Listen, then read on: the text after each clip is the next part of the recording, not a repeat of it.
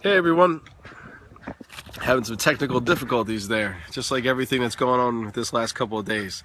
This is Monday with Miller, and we are focusing today, this is our 6th week, and we are focusing today on the law of solid ground, John Maxwell's law of solid ground. And trust is the foundation of all leadership.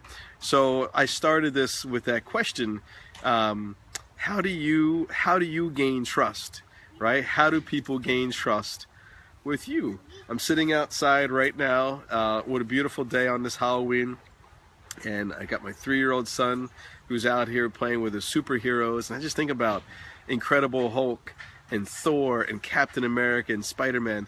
How did they build trust, right? How did they build trust as a team? And so read a lot of books lately, but John Maxwell specifically talks about the law of solid ground. This is the 6th law in his 21 laws of leadership, and he shares that leaders cannot repeatedly break trust with other people and continue to influence them. Right? So what does that mean, right? What does that mean? It means every time you break trust with somebody, you lose credibility with them. So how many times can people lose credibility with you before you stop trusting them? How is that the same, the other way? What about when you break trust with other people? Your people know when you make mistakes, right?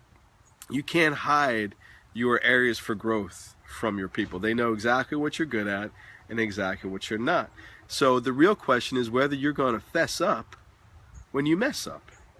Right? Because if you do, you'll regain their trust. Or if you'll tell them, oh, I'm really not sure what to do here, what do you think? Let's try to solve this problem all together. I've never faced this before. Okay? I mean, and a lot of leaders are afraid to do that. A lot of leaders are terrified of looking bad in front of their people. When, if you have seen any of John Maxwell's sessions, everything that he teaches us is from a mistake that he has made. And that's what gives him so much more credibility. So how does a leader build trust? So number one, they consistently exemplify competence, connection, and character. All right? People will forgive occasional mistakes based upon ability, and they'll give you time to connect, but they won't trust someone who continuously slips in character. Right? They won't trust someone who continuously slips in character. So John has this great picture that he always, shows us. So if you think about making decisions in an organization, can be based upon having change in your pocket.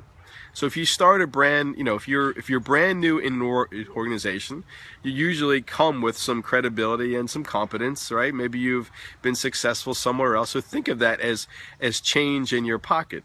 Now, every time you make a good decision, you get more change in your pocket. But every time you make a bad decision, it's a withdrawal from your pocket. And eventually, if you don't make good decisions over time, you're just left with a pocket full of lint, right? An empty pocket, there's no money left and you only got lint. So eventually you will run out of change. So it's really important, when you think about as a leader, how are you making sure that you are constantly building trust, right? You're constantly connecting. You are giving opportunities for those who follow you to help build that credibility, right? To help that understanding, that intent and motive, right? Intent and motive. I'm just looking at this book right here.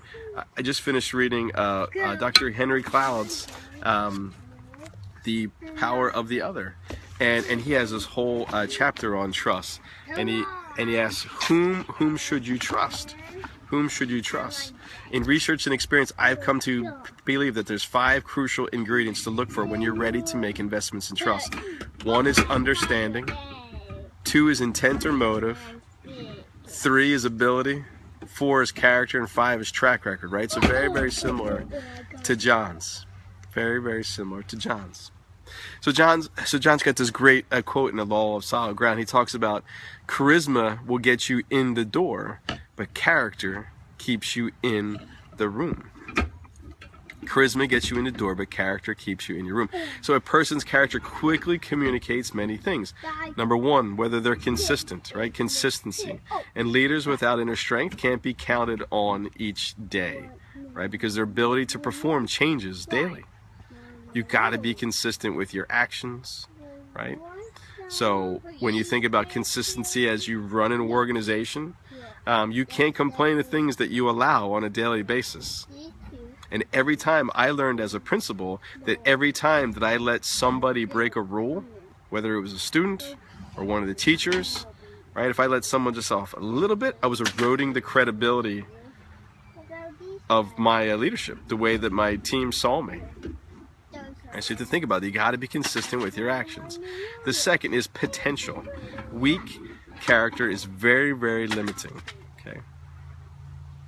And three is respect. When you don't have character within, you can't earn respect without. So those three: character, consistency, potential, and respect.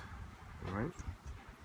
So how do leaders earn respect? We've talked about these few. So let's just review. By making sound decisions.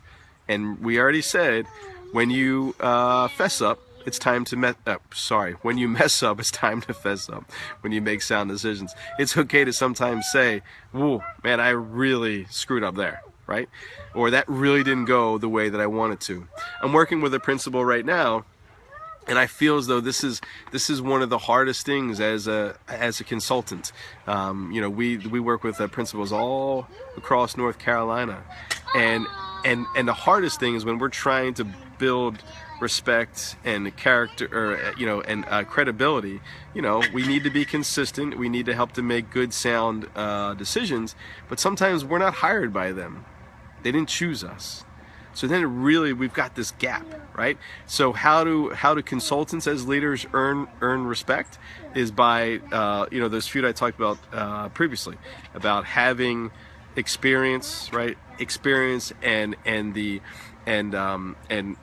making good decisions in the past, right? To help other school leaders, come on. But if you're a principal of a school and you didn't hire me, you may not trust me right away, right? So we have to be able to show them, right, that we can help them make better sound decisions. So getting back to the point of my story, I've got one particular school leader who told me the other day, "I've worked really, really hard to turn the school around," and she has. However, she's also made a few decisions that have really put the school in a bad situation. So I'm having a hard time working with her because she won't admit that she's made a few mistakes, right? So that's something I have to work on. That's a character flaw that I have, that faulty assumption that everybody's going to just admit when they make mistakes. So great leaders earn respect by making sound decisions, admitting their mistakes, and putting what's best for their followers and the organization ahead of their own personal agenda. I just finished a coaching call with a principal whose board is just completely taking over the school, moving students around in the classrooms, doing teacher evaluations, and I said clearly they're not putting what's best for the organization in the front. So you as the head of school, you have to say something, right? You have, because your credibility is going to continue to get lost, because then your followers are just going to start answering to the board. They're not even going to have a conversation with you. Right? So trust is the foundation of leadership. Stephen Covey taught us that everything moves at the speed of trust. If you're having, if your organization has slowed down, or you are a coach or a consultant, and things just aren't moving as fast as you would like it to, I guarantee you've got a trust problem, right? So no leader can break trust with his people and expect to keep on influencing them. So if you violate the law of solid ground, you will diminish your influence as a leader. And as coaches and consultants, we are leaders, okay? We are leaders, and we are there to help make sound decisions. But when there's no trust, when there's a lack of solid ground, it is near impossible to move that flywheel. So if you want to live the law of solid ground, here's the 3 things John talks about. Take inventory of those in your past that you've broken trust with, and make sure you go make it right. Okay? Make amends, personal and professional, and take daily intentional steps to add value and earning with your trust with your employees and your clients. Everything you can do. Connect with them, talk with them, and remember, most importantly, people do what other people see. So the best way to build trust, remember, is consistency through your actions. If you want to lead others to the law, ask yourself, what are the most important things that I do to build trust? What would happen if I stopped doing those things, right? So you lead others to the law by teaching them how do they build trust, right? How do they earn respect of others? Think of leaders that you may have not trusted, in the past. Think about, like, I'm meeting with this principal tomorrow, and I know she doesn't trust me. So I started to think about some of the questions that I could possibly ask her tomorrow. Like, think about, leaders that you had in your other organization, or if another principal asked you for advice to get through this problem, what would you tell them?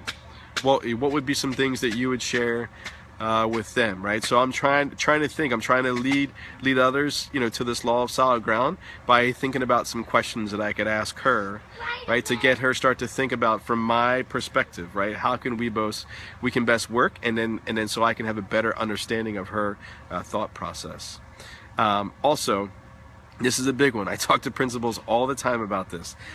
Listen to yourself when if you say the words, I have difficulty with my staff getting to X, right? I have trouble with my staff being on time, or I have trouble with my staff, following through with, directives.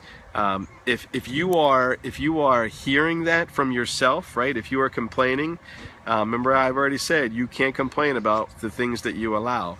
So if you are saying that often, that probably means that there's a lack of trust in your organization, that your people don't necessarily trust and or respect you. So my favorite quote from The Law of Solid Ground, and I'm going to finish with this. This is Benjamin Franklin. He said, the handshake of the host affects the taste of the roast.